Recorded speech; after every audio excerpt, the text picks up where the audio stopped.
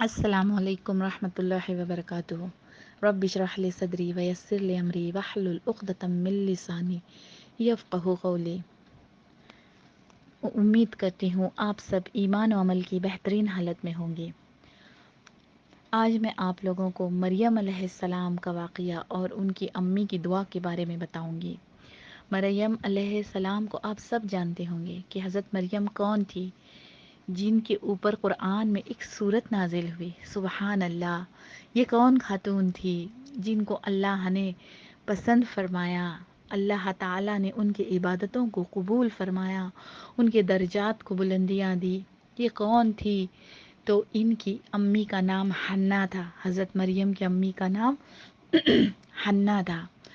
حنا کو پہلے تو اولاد نہیں تھی، لیکن جب حنا نے اولاد کے لیے دعائیں مانگی تو انہوں نے اولاد کے دعاؤں کے ساتھ یہ بھی کہہ دیا کہ یا اللہ تو مجھے اگر اولاد سے نواز دے تو میں اسے تیرے گھر کے لیے وقف کر دوں گی، ہیکل کے لیے۔ ہیکل مطلب اس وقت جیسے اس وقت ہمارا قبلہ بیت اللہ ہے، کعبۃ اللہ ہے، اس وقت ان لوگوں کا قبلہ بیت المقدس مسجد اقصیٰ ہوا کرتی تھی۔ تو اس وقت حضرت مریم کی والدہ حنا نے کہا کہ یا اللہ تو مجھے اولاد سے نواز دے، میں اس بیت المقدس کی خدمت کے لیے یہیں اپنے اولاد کو وقف کر دوں گی کہ یہ تورات کی علم حاصل کرے، تورات کی خدمت کرے، یہاں رہ کے تیری عبادت کرتی رہے، لوگوں کی مدد کرتی رہے۔ اس طرح سے انہوں نے یہ اللہ تعالیٰ سے منت مانگی اور دعائیں کی۔ اب جب انہوں نے دیکھا کہ جب ان کی ڈیلیوری کا وقت قریب آ گیا تھا، اس کے پہلے پہلے ان کے شوہر جو تھے وہ دنیا سے انتقال فرما گئے تھے۔ اب دیکھو، شوہر بھی نہ ہو اور عمر بھی زیادہ ہو اور اس کے بعد اگر اولاد ہو تو سوچو وہ اولاد کتنی عزیز ہوتی ہوگی، کتنی محبت ہوتی ہوگی اس اولاد سے۔ لیکن یہاں حضرت حنا کی ایک سمجھداری اور ایک اللہ سے محبت دیکھو، ایک اللہ کی راہ میں اولاد کو قربان کرنے کا جذبہ دیکھو کہ شوہر بھی نہیں ہے، اب اتنے سالوں سے اولاد ہو رہی ہے تو سوچو انہیں کتنی عزیز تھی۔ لیکن جب دیکھا انہوں نے کہ اولاد ہو رہی ہے تو وہ اولاد کیا ہوئی؟ وہ لڑکی کی اولاد ہوئی۔ اب حضرت حنا نے جب دیکھا نا کہ یہ لڑکی کی اولاد ہوئی ہے تو انہوں نے کیا مانگا تھا اللہ سے کہ ان کے حساب سے کہ جب میں نے خدمت کے لیے مانگا ہے، بیت اللہ میں وقف کرنے کے لیے مانگا ہے تو اللہ مجھے بیٹے کی اولاد سے نوازیں گے۔ لیکن جب انہوں نے دیکھا نا کہ بیٹی ہے تب انہوں نے کہا کہ اللہ یہ تو بیٹی ہے، میں تو اسے بیت المقدس کے لیے وقف کرنا چاہتی تھی، ہیکل میں رکھنا چاہتی تھی، لیکن یہ کیا ہوا، یہ تو لڑکی ہے۔ لیکن انہوں نے اس وقت ایک عجیب دعا کی اپنے بیٹی کے لیے کہ دیکھو آج ہم اپنے بچوں کے فیوچر کی فکر کرتے ہیں، ہر چیز کی فکر کرتے ہیں، کھانے کی فکر کرتے ہیں، پینے کی فکر کرتے ہیں، لیکن یہاں دیکھو حضرت حنا کو کیا فکر ہے۔ حضرت حنا دعا فرماتی ہے کہ یا اللہ میں اپنی اس اولاد کو اور اس اولاد کی اولاد کو شیطان سے تیری پناہ میں دیتی ہوں، یعنی شیطان سے بچنے کے لیے یا رب میں تیری پناہ میں دیتی ہوں۔ سبحان اللہ۔ اس دعا کو انشاءاللہ قرآن کریم میں بیان کیا گیا۔ انشاءاللہ میں اس قرآن دعا کی تصویر امیج بنا کے ضرور سینڈ کروں گی آپ لوگوں کو کہ آپ لوگ بھی اپنے اولادوں کے لیے دعائیں مانگیں۔ حضور صلی اللہ علیہ وسلم فرماتے ہیں، حدیث شریف کا مفہوم ہے کہ جب حضرت حنا نے یہ دعا مانگی تھی نا، اس دعا کو اللہ نے ایسے قبول کیا نا کہ دو لوگ دنیا میں ایسے ہیں کہ جب ہر بچہ پیدا ہوتا ہے نا تو شیطان اس کو ایک کچوکا لگاتا ہے، اسے مس کرتا ہے، جس کی وجہ سے وہ بچہ روتا ہے۔ لیکن دو لوگ ایسے ہیں جن کو شیطان چھو بھی نہیں پایا تھا، ان کو مس بھی نہیں کر پایا تھا، ان کو ٹچ بھی نہیں کر پایا تھا، اور وہ دو لوگ تھے حضرت مریم علیہ السلام اور دوسرے حضرت مریم کے بیٹے حضرت عیسیٰ علیہ السلام۔ سبحان اللہ۔ یہ ان کی والدہ کی دعا تھی نا۔ اب یہاں پہ یہ بات غور کرنے کی ہے کہ دیکھو، کیا حضرت حنا کوئی نبی تھی، کوئی پیغمبر تھی، کوئی رسول تھی؟ نہیں، انہوں نے اللہ سے خالص ہو کے دعا کی تھی، اور ایسی دعا اللہ نے ان کی قبول کی نا کہ اللہ تعالیٰ نے صرف ان کی اولاد کو ہی برگزیدہ نہیں بنایا، مریم کے رتبے ہی نہیں بڑھائے بلکہ حضرت عیسیٰ علیہ السلام کو بھی بلند درجات دیے نا. تو ہمیں اپنے اولادوں کے لیے اس طرح سے دعائیں مانگنی ہے، شیطان سے بچنے کے لیے دعائیں مانگنی ہے.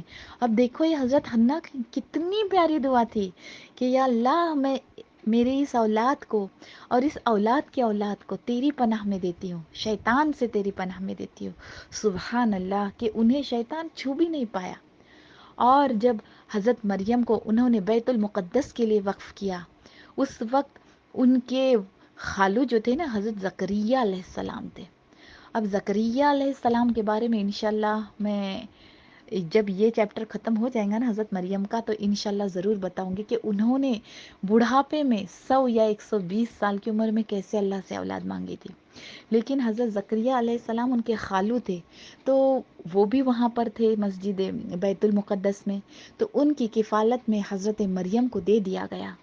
اب دیکھو یہاں ایک نقطہ یہ نکلتا ہے کہ ہر کسی کو اپنی اولاد کے فیوچر کی پڑی ہوتی ہے کہ یہ کیا کھائے گا، یہ کیا پیے گا، اس کے لیے ہم کیا بنا کے رکھے، اور دنیا داری کی اتنی فکر لگی ہوتی ہے.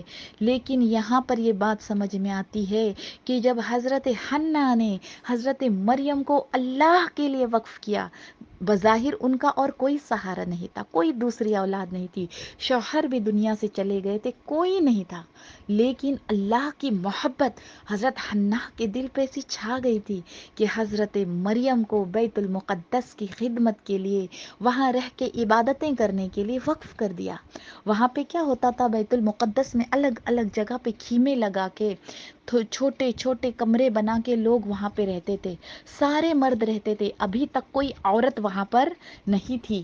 لیکن جب حضرت مریم ہوئی نا اور انہوں نے کہا یا اللہ یہ تو بیٹی ہے، لیکن دیکھو آج ہم کہتے ہیں نا کہ لڑکیاں لڑکوں کے جیسے کیسے، لڑکوں کی طرح کیسے بن سکتی ہے، وہ تو لڑکے ہیں، یعنی ماں باپ کو کماتے ہیں، سہارا دیتے ہیں، دین کے کام کے لیے بھی مسجدوں میں جاتے ہیں، ایسا ہم کہتے ہیں.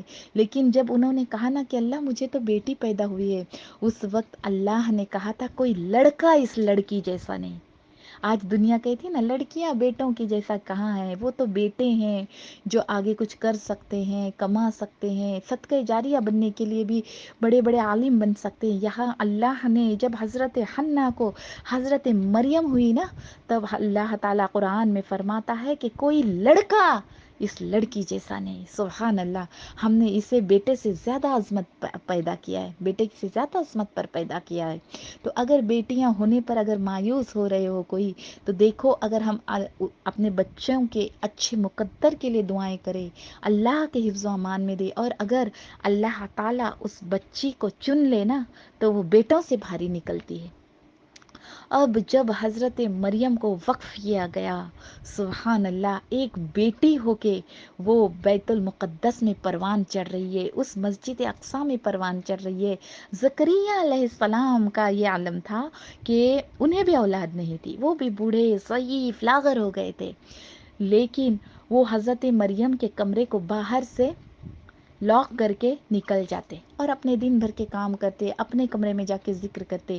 لیکن انہوں نے کچھ عجیب منظر دیکھا کہ جب حضرت مریم کے کمرے کو وہ کھولتے تو دیکھتے کیا ہے کہ تازے پھل جو وہاں ملتے بھی نہیں تھے، سردی میں گرمی کے پھل اور گرمیوں میں سردی کے پھل دیکھتے تھے، اور ایسے عجیب و غریب پھل جو بظاہر وہاں مل نہیں رہے تھے اس ایریا میں، ایسے پھل اتنے تازہ اور خوش ذائقہ پھل وہاں پہ رکھے ہوتے.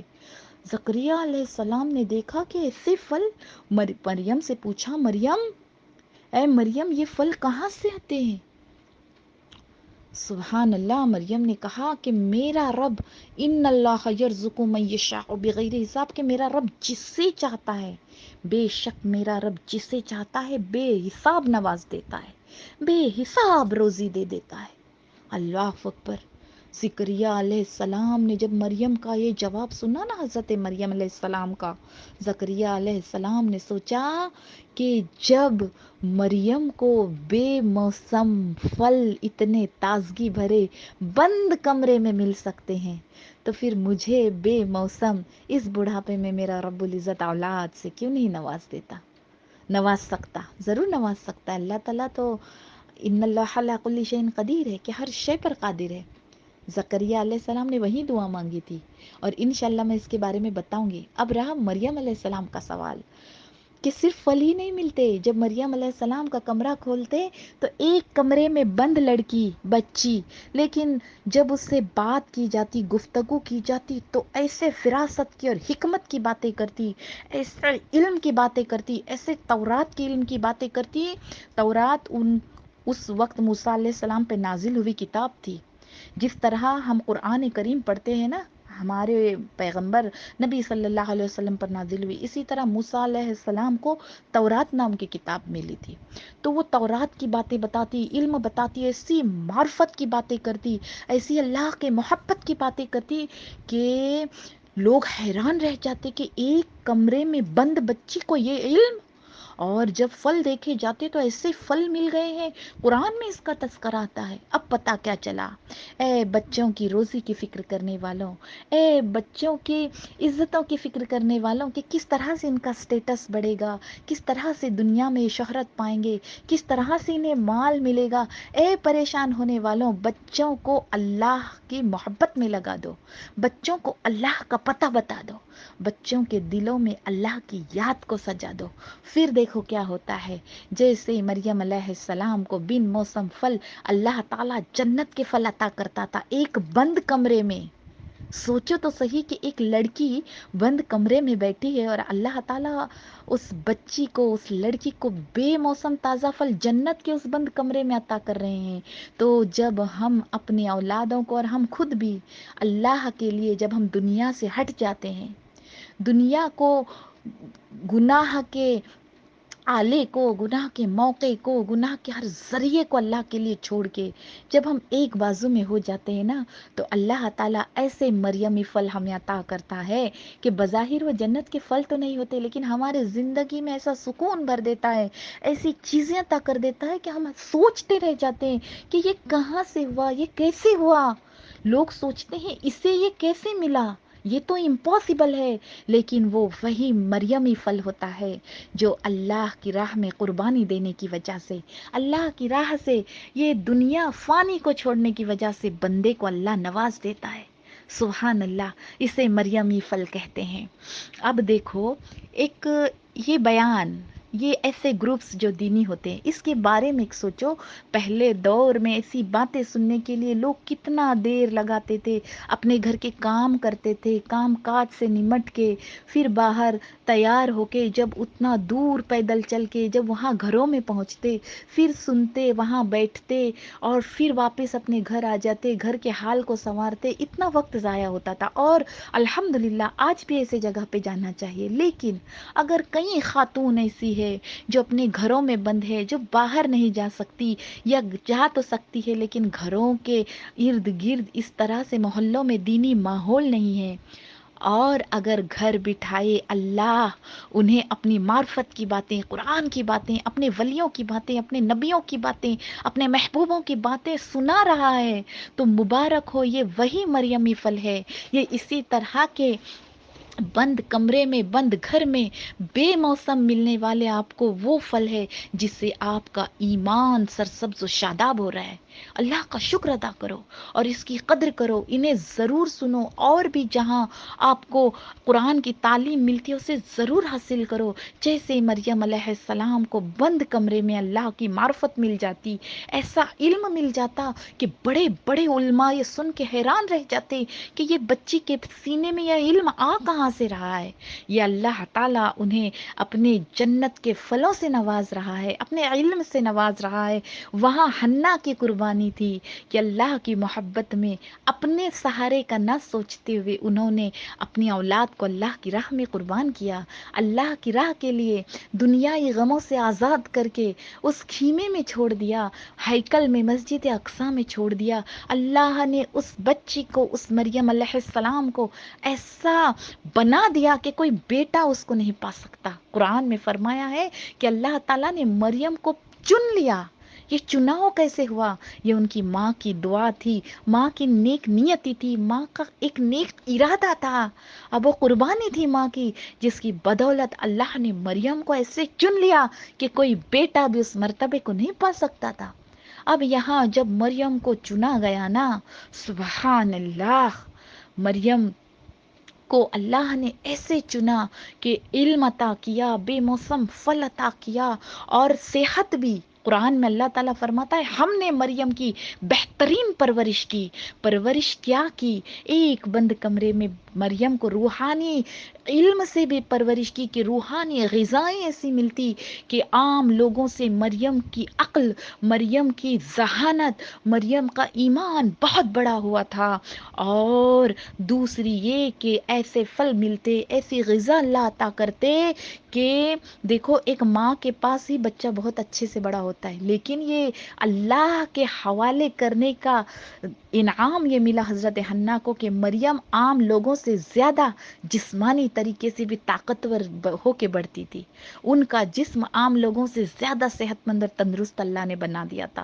سبحان اللہ، بہت نوافل پڑھتی تھی، راتوں کو کھڑے رہ کے اللہ کے حضور نمازیں پڑھتی، سجدے کرتی، تسبیح کرتی، روزی رکھتی کثرت سے، سبحان اللہ۔ اور اللہ نے پھر مریم کو ایسے چن لیا نا کہ انہوں نے، حضرت حنا نے نیک اولاد مانگی تھی، لیکن دیکھو یہاں حضرت مریم کو اللہ نے اتنے بڑے مرتبے عطا کر دیے۔ اور اس کے بعد حضرت مریم جب ایک جگہ پہ فرمایا جاتا ہے کہ غسل کرنے کے لیے گئی تھی یا کسی کام سے ایک جگہ پر عبادت کرنے کے لیے گئی تھی، وہاں حضرت مریم نے دیکھا کہ میرے پاس ایک خوبصورت حسین نوجوان کھڑا ہے۔ حضرت مریم گھبرا گئی کہ یہ بند کمرے میں، یہ بند جگہ پہ یہ کہاں سے آ گیا، میں تنہا ہوں۔ حضرت مریم نے کیا کہا؟ اعوذ بالرحمن، میں تجھ سے اللہ کی پناہ مانگتی ہوں۔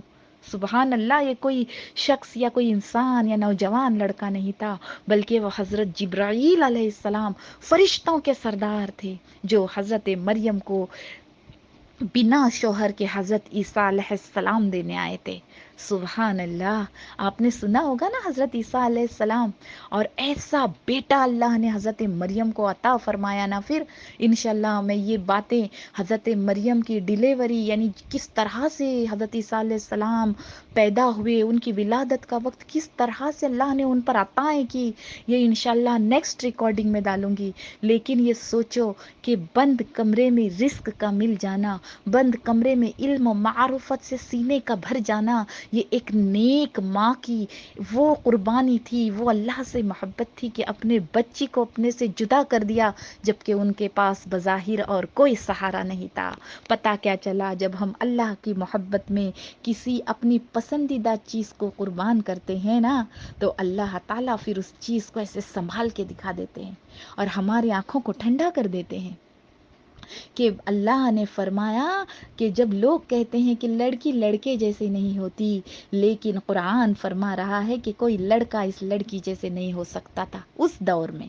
اس کے بعد تو ہمارے آقا صلی اللہ علیہ وسلم تشریف لائے تھے، لیکن اس دور میں یہودیوں میں موسیٰ علیہ السلام کی امتیوں کے لیے یہ کہا گیا ہے، سبحان اللہ، کہ اللہ فرما رہا ہے، اور اللہ نے فرمایا کہ ہم نے مریم کو چن لیا اپنے لیے، مطلب اپنی عبادت کے لیے، اپنی ولایت کے لیے۔ اب دیکھو یہ پتہ چلتا ہے کہ مریم علیہ السلام کیا کوئی نبی تھی، کوئی پیغمبر، کوئی رسول تھی؟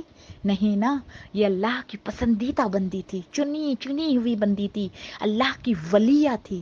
ایک ولیہ کے کمرے میں ایسے پھل فروٹ کہ وقت کے نبی نے یہ دیکھ کر حیرانگی ظاہر کی، وقت کے پیغمبر حضرت زکریا علیہ السلام کو حیرانی ہو گئی کہ یہ کیا ماجرا ہے، یہ کیا کرامت ہے، یہ کیا معجزہ ہے۔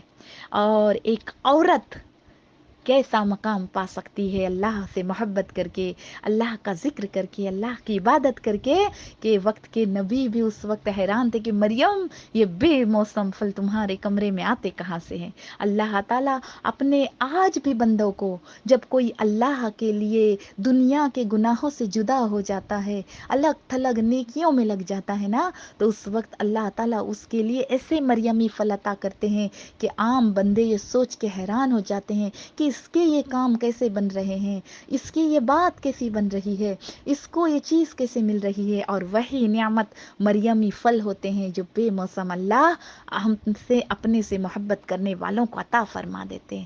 سبحان اللہ۔ تو آئیے اللہ کے حضور دعا کرتے ہیں کہ اللہ تعالی ہمیں بھی جس طرح سے حنا تیرے بارگاہ میں اپنے اولاد قربان کرتی ہے، میرے مولا ہمیں بھی اپنی خواہشوں کو قربان کرنے کی توفیق عطا فرما، ہمیں بھی اپنی اولادوں کو دین کے کام میں لگانے کی توفیق عطا فرما یا غفور الرحیم۔ ہمارے اولادوں کو بھی اور ان کے اولادوں کو، قیامت تک آنے والی نسلوں کو شیطان کے چیلوں سے ان کی حفاظت فرما۔ یہ دعا اتنی اللہ تعالیٰ نے مقبولیت عطا کی کہ دیکھو صرف 2 لوگ ایسے تھے جن کو شیطان چھو بھی نہیں پایا۔ سبحان اللہ۔ یہ حضرت حنا کی دعا تھی۔ مطلب ایک ماں دعا جب کرتی ہے نا، وہ کوئی رسول کوئی نبی نہیں تھی، وہ ایک اللہ کی سی ولیہ تھی، ایسی قریب عورت تھی اللہ کی، ایسی مقربین میں سے تھی کہ اللہ کے یہاں ہاتھ کیا اٹھائے، اللہ نے ان کو ایسی عظیم بیٹی عطا کی کہ اللہ فرماتا ہے کہ ہم نے مریم کو ساری کائنات کی عورتوں میں سے چن لیا تھا۔ سبحان اللہ۔ اور عیسیٰ علیہ السلام کو بھی ایسے پھر مرتبے عطا کیے، ایسے معجزے عطا کیے کہ سوچنے والا سوچ کے اور دیکھنے والا دیکھ کے دنگ اور حیران رہ جاتا ہے۔ تو اللہ تعالیٰ سے دعائیں کریں گے، خوب دعائیں کریں گے، اور اللہ کے حضور اپنی اولادوں کو دین کے لیے پیش کریں گے کہ اللہ انہیں دین سے جوڑ دے، اسی طرح دین پھیلانے والے بنا، اور اللہ تعالیٰ ہمیں بھی تیرے حضور اپنی گناہوں کو چھوڑنے والا، اپنی خواہشات کو قربان کرنے والا بنا کہ ہم تیری رضا کے لیے، تیری خوشی کے لیے زندگی گزارنے والے بن جائیں۔ اور اسی طرح جب سارے ذریعے بند ہو جائیں میرے مولا، ہمارے لیے بھی اسی طرح مریمی پھل کا انتظام فرما دے، ہمارے لیے بھی علم و حکمت کے چشمے جاری فرما دے یا غفور الرحیم، اور ہماری اولادوں سے، ہماری نسلوں سے شیطان اور اس کے ہر چیلوں سے ہماری اولادوں کی حفاظت فرما، ہماری حفاظت فرما، اس گروپ کے تمام ممبرز کی حفاظت فرما۔ السلام علیکم رحمۃ اللہ وبرکاتہ۔